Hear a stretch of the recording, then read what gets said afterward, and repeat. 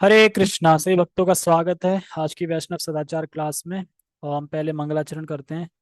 ओम अज्ञानतिमिरान्धस्य ज्ञानञ्जनशलाकया चक्षुरुन्मीलितं येन तस्मै श्रीगुरुवे नमः। श्रीचैतन्यमनोभीष्टं स्थापितं येन भूतले स्वयं रूपः कदा मह्यं ददाति स्वपदान्तिकम्।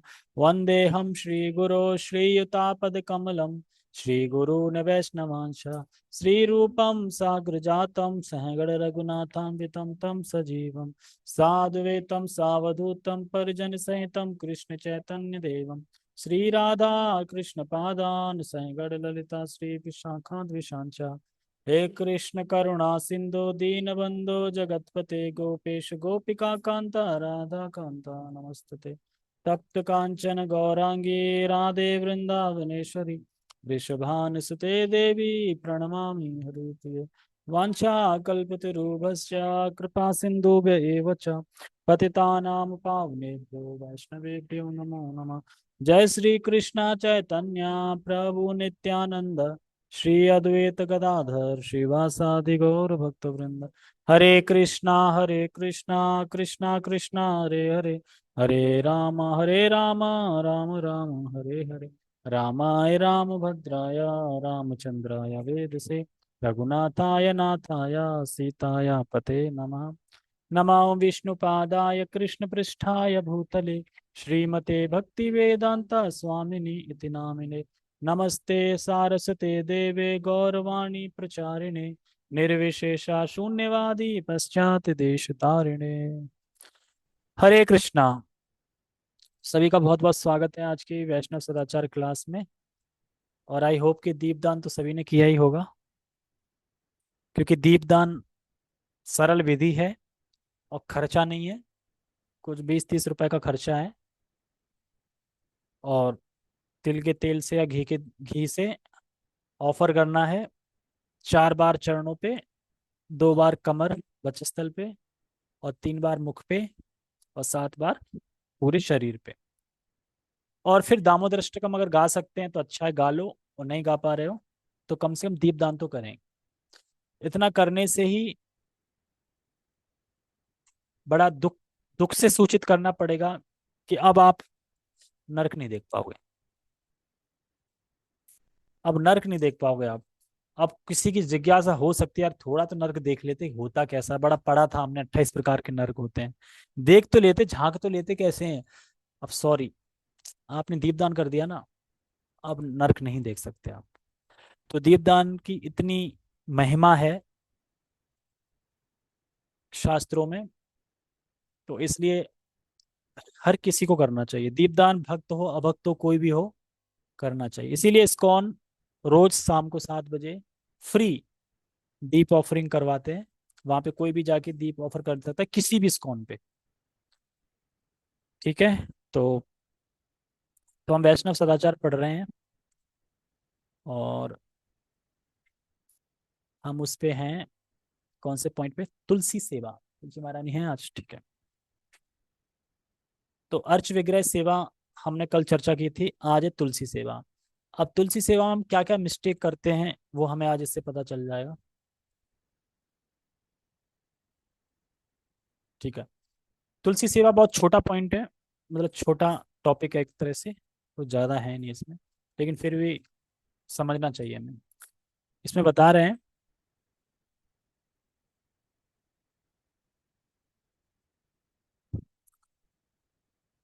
जिन्हें संभव हो उन्हें घर में उस स्थान पर तुलसी रखनी चाहिए जहां सूर्य प्रकाश आए।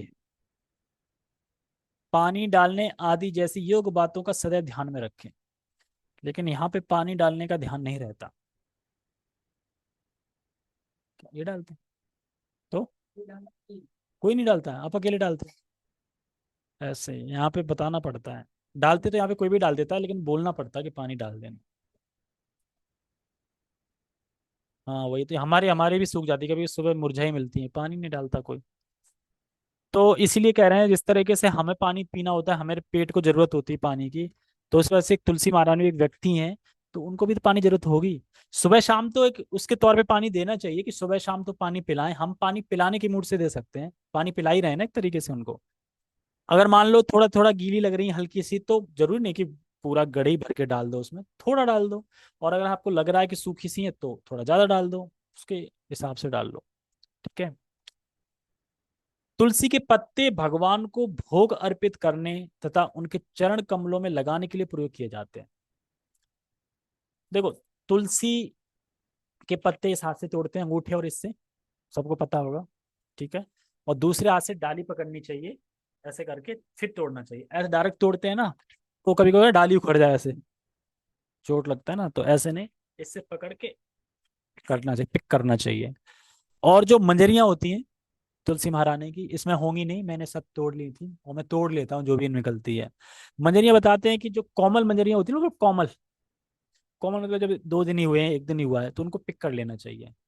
क्योंकि वो चढ़ाने में भी अच्छी होती हैं, मुलायम होती हैं, और भगवान को स्पर्श भी कठोर नहीं लगता, मुलायम लगता है, और पीने में भी मुलायम होती हैं। अब मान लो कि मंजरियां इतनी बड़ी बड़ी हो गई, डंडी सी हो गई, उनको तोड़ दिए बड़े बड़े डंडी, तो उनको लीलने में भी दिक्कत होगी, भगवान को भी चुभ सकते हैं विग्रह पे। तो इसलिए मंजरियों को तो पिक कर लेना चाहिए। मंजरियों से पिक करने से होगा क्या, गोल बन जाएंगी। तुलसी कभी देखिए, तुलसी ऐसे बढ़ जाती है, ऐसे करके चली गई ऐसे, क्यों, मंजरियां पिक नहीं कर रहे इसलिए। आप टाइम टाइम पे मंजरियां तोड़ते रहोगे तो क्या है ना, मंजरियां यहाँ से टूटी तो इधर निकलेगी, इधर से टूटी तो इधर निकलेगी, तो वो गोल होती जाएगी, तो पूरा गमला आपका गोल हो जाएगा। देखो इसमें हल्का हल्का लग रहा है ना गोल, क्योंकि मैंने सारी पिक करी है, तो इधर से निकल गई, इधर से निकल गई, उसे पिक करोगे इधर से निकली, इधर से निकलेगी।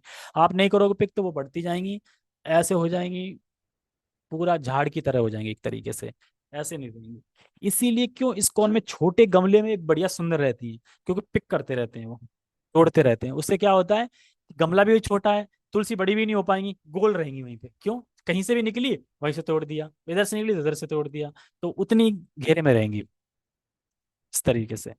तो इस तरीके से हमें तुलसी तोड़ना चाहिए। और इसमें बता रहे हैं आगे, तुलसी पत्ते गुरु व श्रीमती राधा रानी के चरणों में तथा गुरु महाराज के भोग में प्रयोग ना करें।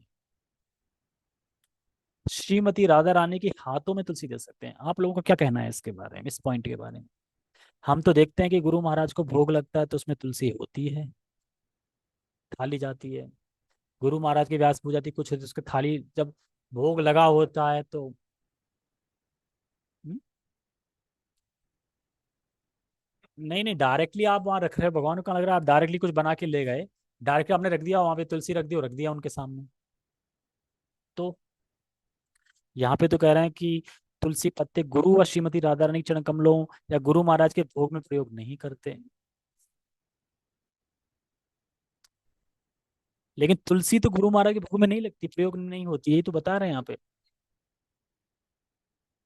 हाँ, गुरु महाराज को जितने भी आइटम सजे होते हैं ना तुलसी के साथ, वो उनके लिए नहीं होते, गुरु महाराज भगवान को ऑफर करते हैं, फिर प्रसाद ग्रहण करते हैं। याद रखना, गुरु महाराज को प्रसाद दिया जाता है, कभी भी भोग नहीं दिया जाता, गुरु महाराज को प्रसाद दिया जाता है। लेकिन हम देखते हैं कि फेस्टिवल में डायरेक्ट रख देते हैं, तो वो गुरु महाराज को देते हैं कि आप भोग लगाइए, वो कृष्ण को भोग लगाते हैं, फिर वो प्रसाद बन जाता है इस तरीके से। और बता रहे हैं कि श्रीमती राधा रानी के चरण कमलों में कभी भी तुलसी अर्पित नहीं होती। किसी ने चढ़ा तो नहीं दिए, चढ़ाता है कोई श्रीमती राधा रानी के चरणों में। हाँ हाँ, क्योंकि श्रीमती राधा रानी के चरणों में नहीं चढ़ती, तुलसी सिर्फ चढ़ती है कृष्ण और विष्णु तत्व जो होते हैं उनके लिए, जो विष्णु तत्व हैं उनमें चढ़ती है, उनके चरणों पे। और कृष्ण, कहते हैं ना कृष्ण प्रियसी तुलसी महारानी, इसलिए तो वृंदा देवी का जो महीना चल रहा है एक तरीके से कार्तिक, मतलब ये महारानी है। और इसीलिए लास्ट में इनकी विवाह भी होता है, तुलसी महारानी का विवाह होगा ना लास्ट में।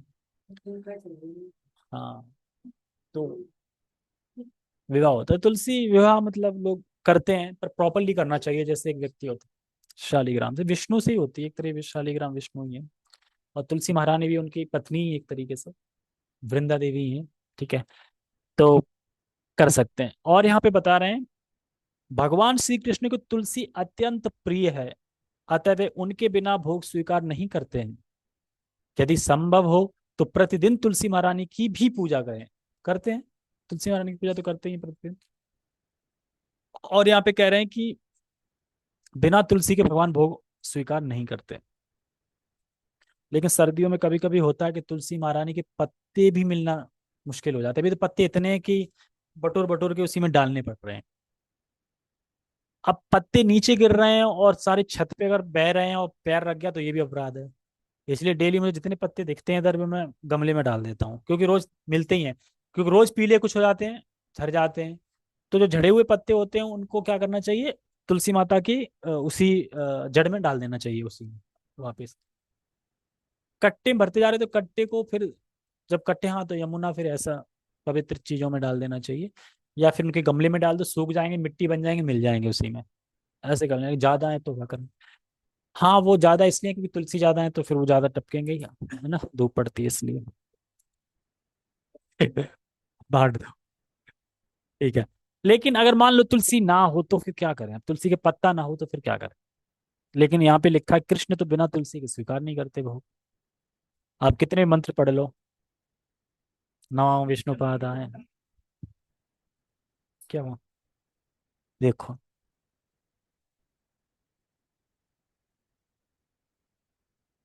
वो तो आपातकालीन, आपातकालीन मान लो, लेकिन ऐसा करना नहीं चाहिए। लेकिन अब तो आपातकालीन के लिए अब है ही नहीं कुछ, तो टच कर दिया, है ना।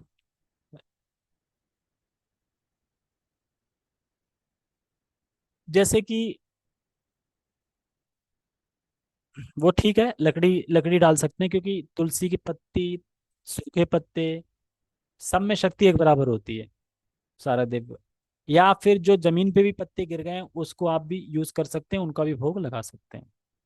और वो भोग ऑप्शन नहीं, वो वैसे नॉर्मली भी कर सकते हैं। मान लो पत्ते गिर गए, ऊपर गिर गए, तोड़े क्यों, वे गिर ही गए ना, धो लो और उसी को भोग लगाओ, कोई दिक्कत नहीं। वो, हाँ हाँ, तो उनको यूज कर सकते हैं। हाँ हाँ, तुलसी द्वादशी को नहीं तोड़ी जाती है, सिर्फ द्वादशी को। संडे वनडे का कोई लफड़ा नहीं है, सिर्फ द्वादशी को नहीं तोड़ी जाती। जब भी द्वादशी होगी तुलसी नहीं तोड़नी है, ठीक है। यदि संभव हो तो प्रतिदिन तुलसी महारानी की पूजा करनी, तो पढ़ दिया। और बाकी एक चीज याद रखती है कि जब हम भोग लगाते हैं तो कभी कभी ऐसा होता है कि हमें कोई चीज सूंघनी पड़ती है। सूंघ के देखा खराब तो नहीं हो गई, क्या है, कैसे है। अब सूंघ लेते हैं तो फिर वो तो ऑफर नहीं कर सकते, झूठी हो गई वो तो। फिर कभी कभी होता है ना कि सब्जी बन रही है, उसकी खुशबू भी आती, हाँ, तो झूठी हो गई। तो प्राय जो सब्जी बनती है उसकी खुशबू को आप कुछ कर नहीं सकते, वो आएगी आएगी। लेकिन कुछ चीज ऐसी होती है जो आप वैसे सूंघ के देखते हो, उस मोमेंट पे क्या करना चाहिए। कभी कभी ऐसा होता है ना कि मसाले में कंफ्यूजन आती है कि कौन सा है, आप सूंघ के देख लेते हैं तो तो फिर क्या करना चाहिए, फिर आप उनको यूज कैसे करें, क्योंकि वो तो फिर कर नहीं सकते, क्योंकि वो तो ऑफर होगा एक तरीके से। तो ऐसे मोमेंट पे क्या करना चाहिए, आपने सूंघ लिया किसी चीज को, जो नेचुरल, अपने आप सूंघ नहीं रहे हो पर अपने आप खुशबू आ गई, उसकी बात नहीं हो रही, लेकिन जब आप सूंघ रहे हो तो क्या करना चाहिए, बना देना चाहिए उसी से दूसरी। अब बार बार थोड़ी लाते रहो आप, सूंघ और रोज सूंघ रहे थे, रोज खरीदने जाओगे क्या। ये बुद्धि लगा रहे हैं, ठीक है, भगवान ने बुद्धि दी। अब बताओ आप लोग क्या करना चाहिए, मतलब कैसे करें। मान लो ऐसी चीजें जो आप बार बार नहीं जा सकते रहने, कभी होता ना कि महीने में एक बार खरीद के रख ली, अब वही यूज करनी है, लेकिन आपने सूंघ के देख ली फिर।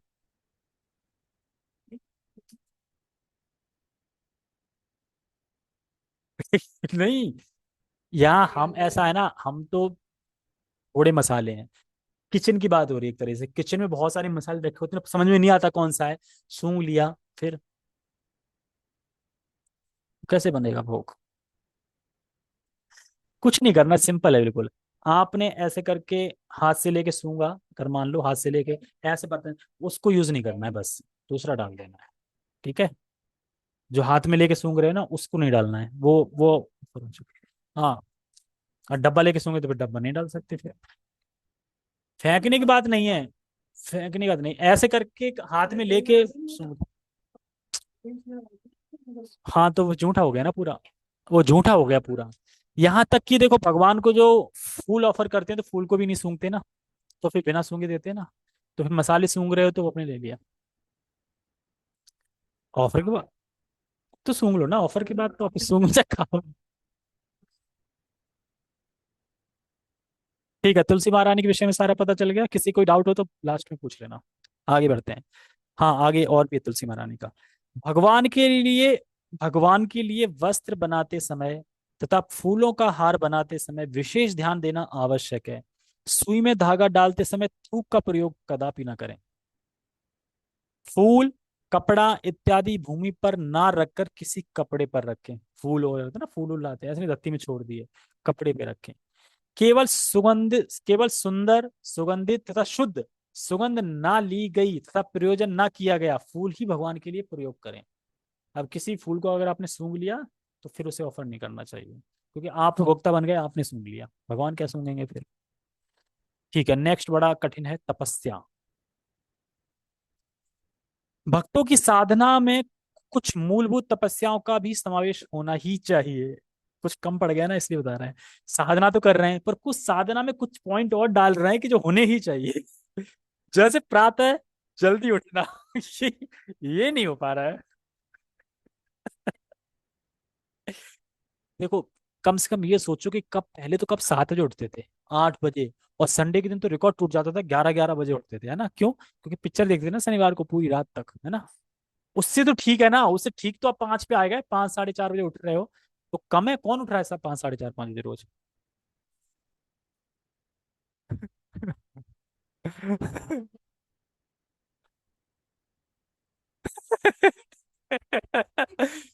तो वो आलू अर्जुन की कृपा थी कि मैं यहाँ आ गया और वो छूट गए। ठीक है। तो अब देख रहे हो संस्कार कितने होते, पिक्चर की याद, आलू अर्जुन की पिक्चर रहती है, तो उसकी पिक्चर का नाम याद आ गया। ये होते हैं संस्कार छपे हुए, कि वैसे आपको याद नहीं था, आप किसी ने बोल दिया तो याद आ गया।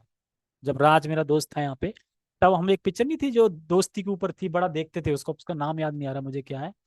पूरा उसके ऊपर थी, साउथ इंडियन की मूवी थी। अब कौन सी मूवी थी वो नाम याद नहीं आ रहा मुझे, लेकिन फ्रेंडशिप के ऊपर थी एक तरीके से पूरी। ठीक है, अब पिक्चरों की बात नहीं करते। तो यहाँ पे बात क्या चल रही है? तपस्या। कोई कुछ बोल रहा है क्या? आप लोग जूम पे वो देखते रहा करो, घुमा घुमा के, कोई कुछ हाथ बात तो नहीं उठा रखा किसी ने? ठीक है, सब लोग वैसे भी निराकार हैं, देख के क्या करेंगे।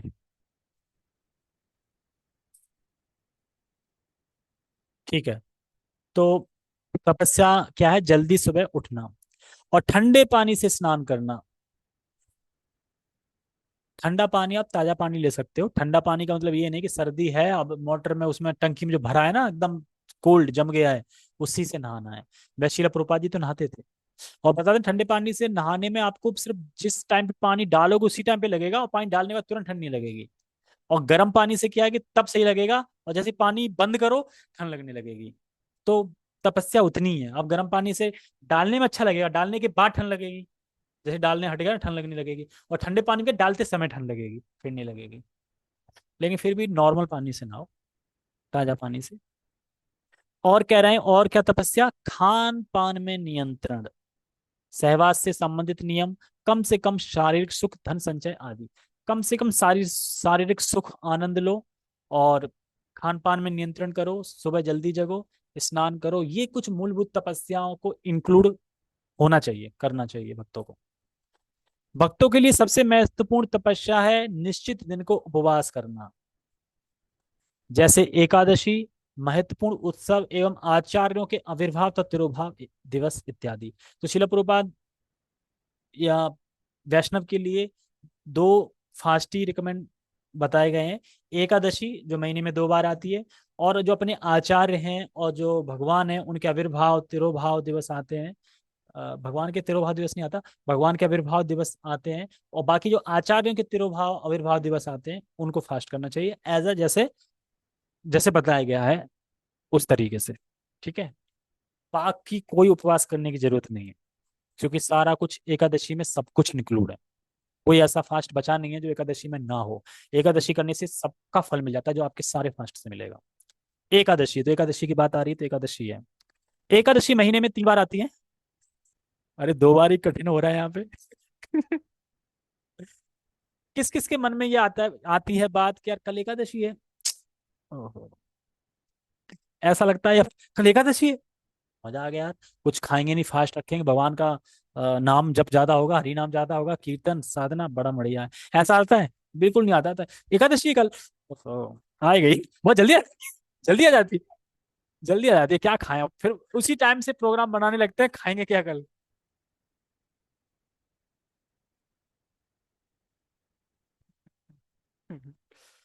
तो हमारी अभी भी चेतना खाने पे ही है, यानी अन्न वाली, अन्न कोश चेतना है हमारी अभी भी।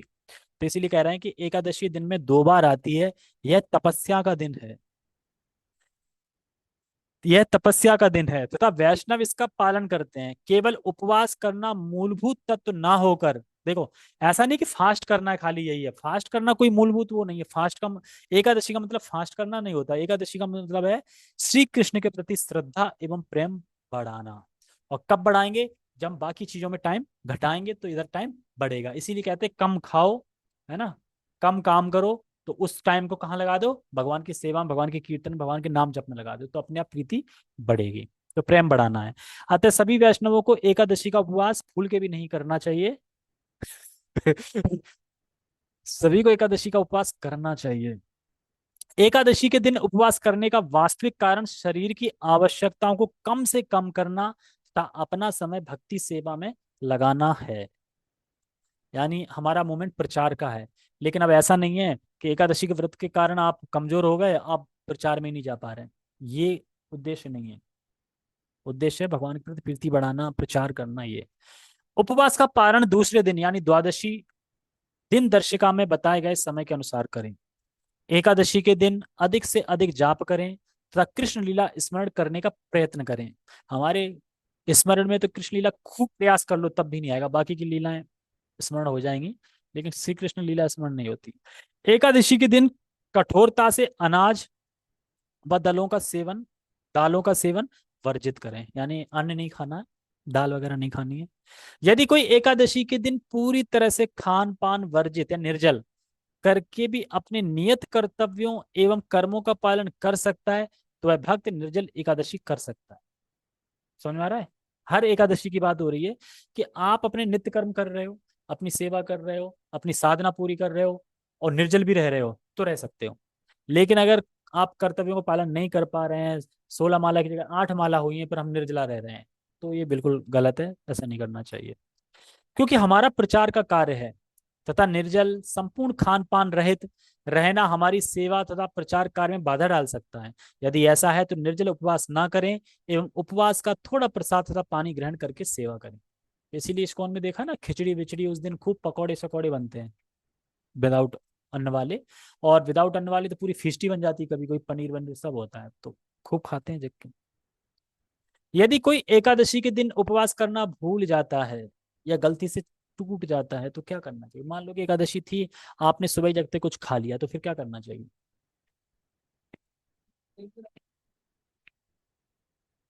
अगर आपने गलती से कुछ खा लिया है तो उस टाइम से स्टार्ट कर दो, उस टाइम से रहना स्टार्ट कर दो एकादशी। ठीक है? लेकिन ऐसा मतलब नहीं है कि आपने अब गलती से शाम को खा लिया। गलती से सुबह खपता है, शाम को नहीं खपता है गलती से। सुबह ही तो है कि भूल गए कि एकादशी थी कि नहीं थी, और खा लिया। अब पूरे दिन तो आप एकादशी रह रहे हो, पता है ना आप एकादशी रह रहे हो, और फिर खा लिया, तो फिर द्वादशी को रहना पड़ेगा। पहले में तो यह है कि आप भूल ही गए कि एकादशी है आज, इसलिए खा लिया। दूसरे में आप एकादशी रह रहे थे, गलती से खब गया अचानक, मतलब याद नहीं रहा, गलती से खब गया, फिर तो द्वादशी रहना पड़ेगा। बाकी इसमें पढ़ते हैं क्या बोल रहे हैं। यदि, हाँ, यदि कोई एकादशी के दिन उपवास करना भूल जाता है अथवा तोड़ देता है, तो उस दूसरे दिन अर्थात द्वादशी को उपवास करके त्रयोदशी को अपना उपवास तोड़ना चाहिए, छोड़ना चाहिए। तो यानी अगर भूल जाते हो, गलती से खा लिया है, तो द्वादशी को रखना चाहिए। लेकिन वह भी है कि एकादशी को नहीं खाना चाहिए, फिर भी भूल गए तब भी एकादशी को तो हमें खाना ही नहीं है, अगले दिन भी रहना। ठीक है? और हाँ, एकादशी में शायद द्वादशी है, लेकिन अन्य उपवास आते हैं ना, जैसे अन्य उपवास आते हैं ना, जैसे आचार्यों के उपवास हुए या भगवान के आविर्भाव दिवस आते हैं, उसमें अगर आपने कुछ गलती से खा लिया तो उसी टाइम से फिर रहना स्टार्ट कर दो। सुबह कुछ खप गया तो वहां से भगवान को सॉरी बोल के, माफी मांग के, और वहां से भगवान से प्रार्थना करो मैं अब से रह रहा हूँ, तो अब से आप फिर अगले दिन तक रहो, तो वो ठीक है। क्योंकि ये भावना रहती है कि हाँ ये रहना चाहता है। जब से भूल गए हो तब से मत खाओ ना, तब तक जब तक फास्ट टूटेगा नहीं तब तक। जैसे मान लो जन्माष्टमी, कृष्ण जन्माष्टमी 12 बजे तक है रात को, आपने सुबह ही कुछ अन्न खा गया गलती से, अब आपको लवला मत करो, अब से रहना स्टार्ट कर दो, यानी उसके बाद से आपका फास्ट स्टार्ट है। ये नहीं, अब खा तो लिया ही है, बनाओ रबड़ी, बनाओ जलेबी, बनाओ चाउमीन, अब पेलम पेला खाएं, क्यों फास्ट टूट गया ना। तो ये भावना नहीं होनी चाहिए, ठीक है। सभी को निर्जल एकादशी यानी भीमा एकादशी को के दिन निर्जल ही करना चाहिए। चतुर्मास का भी पढ़ देते हैं, फिर हम समाप्त करते हैं।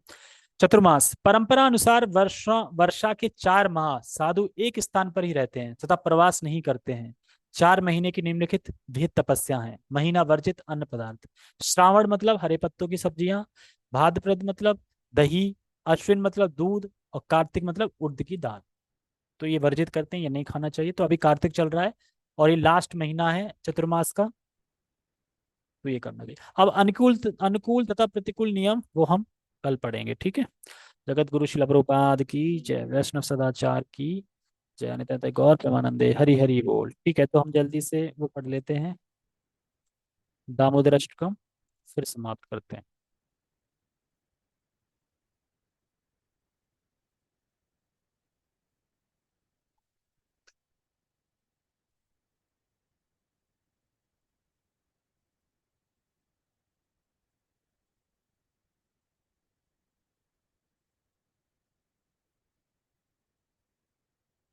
ठीक है, सबको दिखाई दे रहा है। श्री श्री दामोदर भगवान की जय, दामोदर अष्टकम की जय।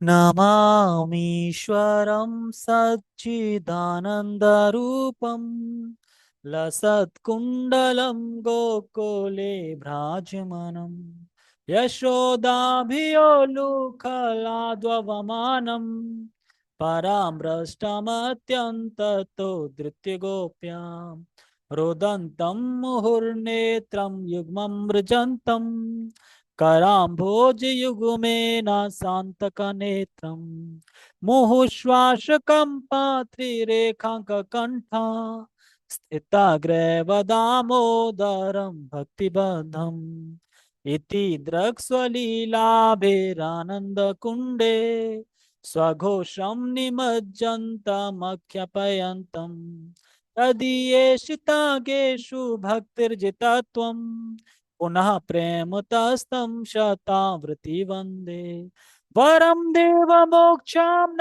मोक्षं वदिं वा न चान्यं वृणेऽहं वर्षाद अपि हा इदं ते वपुर्नाथ गोपाल बालम सदा मे मनस्या विरास्तं किमन्ये इदं ते मुखं भो अत्यन्तनीले व्रतं कुन्तले स्निग्धरक्तेक्ष च गोप्या मुहुश्चुम्बितं बिम्बरक्ताधरं मे मनस्या विरास्तामलं लच्छलाभे नमो देव दामोदर विष्णु प्रसीद प्रभो दुःख जलाब्धिमृगम् कृपा दृष्टिवृष्ट्याति दीनं बतानु ग्रहणे समामगमेद्यचिदृश कुबेरात्मजो बद्धमृत्येव यद त्वया मोचितो भक्ति भाजो कृतो चाम तथा प्रेम भक्तिं स्वकामे प्रयच्छ नमोच्छे ग्रहो में अस्ति दामोदरे हम नमस्ते स्तु दाम्ने स्फुरदीप्ति धाम्ने त्वदीयोदरायात विश्वसधाम्ने नमो राधिकाय त्वदीया प्रियाय नमो राधिकाय त्वदीया प्रियाय नमो अनंत लीलाय देवाय तुभ्यं नमो अनंत लीलाय देवाय तुभ्यं हरे कृष्णा हरे कृष्णा कृष्णा कृष्णा हरे हरे हरे रामा हरे रामा रामा रामा हरे हरे। श्री श्री दामोदर भगवान की जय, दामोदर अष्टकम की जय, कार्तिक मास की जय।